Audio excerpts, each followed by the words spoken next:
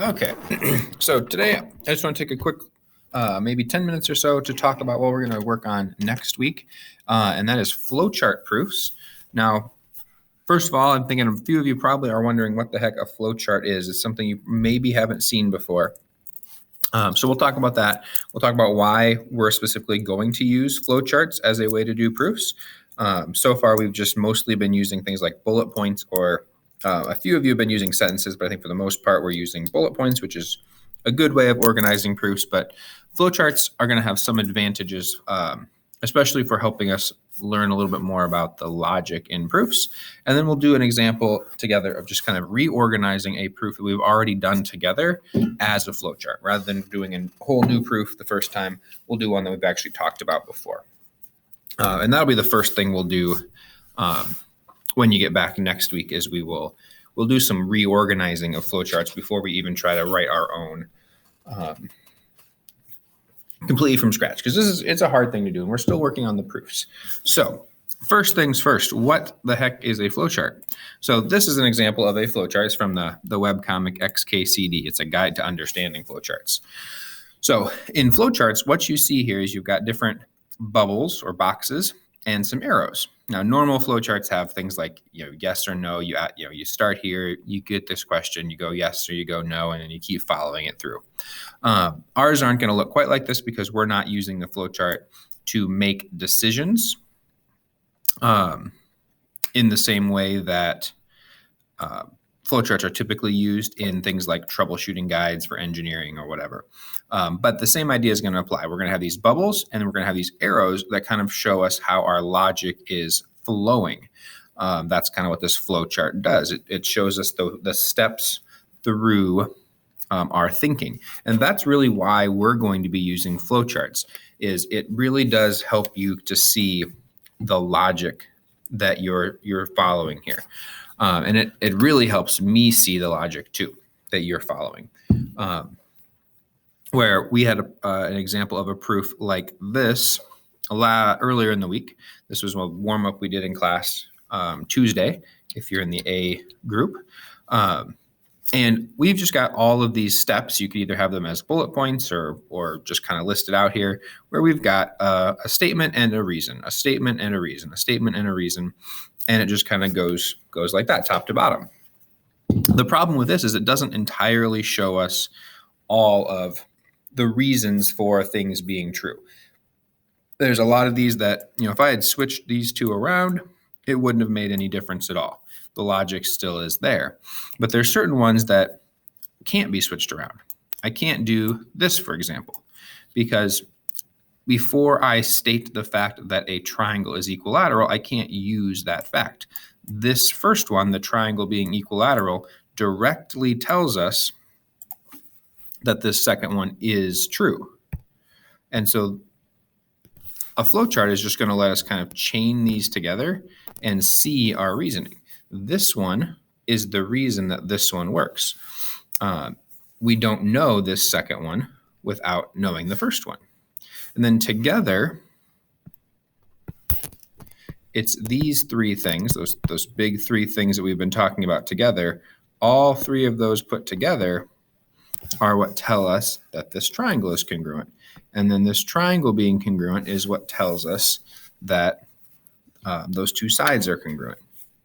And so what I want to see, and what I want to make really apparent to you all, is that these statements that we're making do have a specific order, and they are, like, collectively, they're telling us something.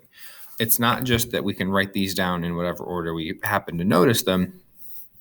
The first thing specifically is what lets us know the second thing. These three things here are specifically what lets us know this thing. And by drawing in those arrows and eventually turning it into a flowchart, we're seeing, or we're making very obvious, the way that our logic is constructed, the way our argument is constructed. And it's a little bit easier to do that as a flowchart than it is with words and bullet points and things like that. That's why writing a really good sounding paper in an English class is so hard, because you have to do that all with words, is construct that argument that anybody could follow. So here's what we're going to do, is we're going to take this argument here, and we are going to turn it, instead of words like this, we're going to turn it into a flowchart. And we'll kind of show you what this looks like in our specific way we're going to do this. So we're not going to have the different shapes in like a real flowchart. A box is different than a diamond, and the arrows are always either yes or no, or you don't have a choice. Ours are going to be a little different. So we're going to always start off with kind of our boxes, or our bubbles are going to be the statements. Underneath of those statements are going to go the reasons, and then the arrows are representing our logic. So if I was looking at this one and I wanted to make our flowchart proof, the first thing I might say is that triangle SQP is equilateral. And I'm going to put a box around that. That's my statement. And then right under it, I'm just going to write given, because that was a given. Now, that statement in and of itself isn't super useful to proving that triangles are congruent, but it did let us know that two sides were congruent. So with an arrow, I'm going to go down and write that SQ is congruent to SP. Because this triangle is equilateral, I know that these two sides are congruent. That's not a statement that I just knew all on its own. That was directly because triangle SQP is equilateral. And so I'm going to put that is the definition of equilateral. Another benefit here is that because we've got that arrow, I don't need to say because triangle SQP is equilateral. I've got that part already up there. Now at this point, I'm still going to be writing down what I've got here. So that's a pair of sides. The blue part there you don't have to have, but still something that I'm going to put in for now, just to help us, help us see which of those conjectures it actually is. So the next thing I might see is, oh, I've got some congruent sides here, RQ and TP. Now those two sides I know are true because it was given to me. I don't need to have an arrow going into any of those things, because that was just something that I knew all on its own. It isn't coming from some other information. So what you'll kind of notice here is any time that we're using given information, you're not going to have an arrow going into it. So there's another pair of sides. And then the last thing that was given are these two angles. So we've got angle RQS is congruent to angle TPS. Put that in a box, and I knew that also because it was given. Again, no arrows have to go into that because I knew that all on its own. I didn't need something else to be true to know that that was true. There are other things like that besides givens. Vertical angles are going to be a good example of that. Anytime you see vertical angles, you don't need an arrow going into that. You knew that just because they are vertical angles. Now, the next thing I want to look at here is, so far now we've got three statements, our SAS, with no arrows coming out of them. If a statement doesn't have an arrow coming out of it, and it's not the last step, it doesn't need to be there. But these three will have arrows coming out. So all three of these things together are what tells us that our two triangles are congruent. So that's going to go and lead to the statement triangle RSQ is congruent to triangle TSP. Oops, TSP. We'll get rid of that. Scrolled up a little bit. So that's our statement. We know the triangles are congruent by SAS. Here's something you're going to hopefully see a little bit more clearly once we've got these into flowcharts. Every time that we claim a triangle is congruent, it will always have three arrows pointing into it. Because in order to know that two triangles are congruent, we've got to have three things. And if we're using SAS, I better have two sides and one angle pointed into that SAS. Now, just like before, we're actually we're proving that the two sides, that RS and ST, are congruent. So now that we know that those triangles are congruent, we've got one more step to say that RS and SP are congruent. put a box around that. And that is our CPCTC. The corresponding parts of congruent triangles are congruent. Now, this will be the only one that doesn't have an arrow coming out of it because that is our last step. We are done now. If you ever have a point where you have a box that doesn't have an arrow coming out of it, you didn't need to say that. You could go ahead and get rid of that box, or you're probably missing an arrow. Now, here's one option. That's one way you could do a flow chart. And as long as we're in class, it's definitely the easiest way is to do these on paper.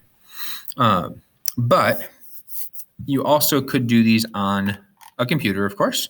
And so let's just really quickly kind of talk how you could do that. So let's say you were in a Google document, whether that is a homework assignment or you're just typing up your answers on a Google Doc so you can turn that in and not have to worry about your handwriting and things like that. The easiest way to do that would be to insert, and we're going to go down to drawing, and we're going to hit new. And that's going to bring up what's called Google Draw. You can actually open a Google Drawing just from your Google Drive on its own, but we're probably going to put these into a Google Doc anyway if you're going to do it on the computer. So to do this, you've got things like the different shapes. So you could put in a box. Inside that box, you could put in some text. And once you're into that text, then you've got things like all of your editing options here. So you could put in any things that you want inside that text. So if I wanted to put in something like, I don't know, whoops, it's not letting me type right now. Triangle SQP is equilateral. So that would be my first thing. You could resize your boxes, of course, if you realize that, hey, that's way too big. I didn't need it that big. You can resize them. And then you can just go ahead and add in your statement. So that one was given. And then to add arrows, you can use these arrows here. So you've got just straight arrows. You can certainly just use that to draw between boxes. I find it helpful sometimes to do the words first. So that told us that SQ was congruent to SP. I can put a box around that.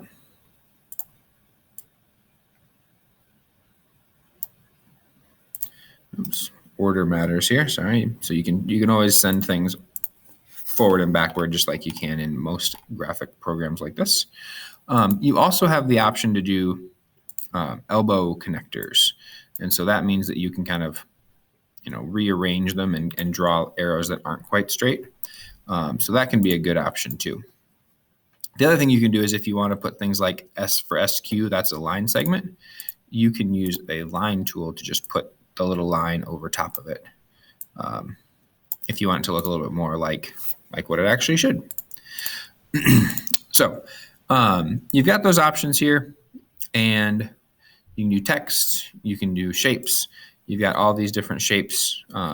You'd pretty much just be using the rectangle. I guess you could use these arrows as well. I definitely think it is easier just to draw this on paper, but you've got options if you want to. And then all you've got to do is hit the insert button, which apparently went away for me. And it would go back into your Google Doc.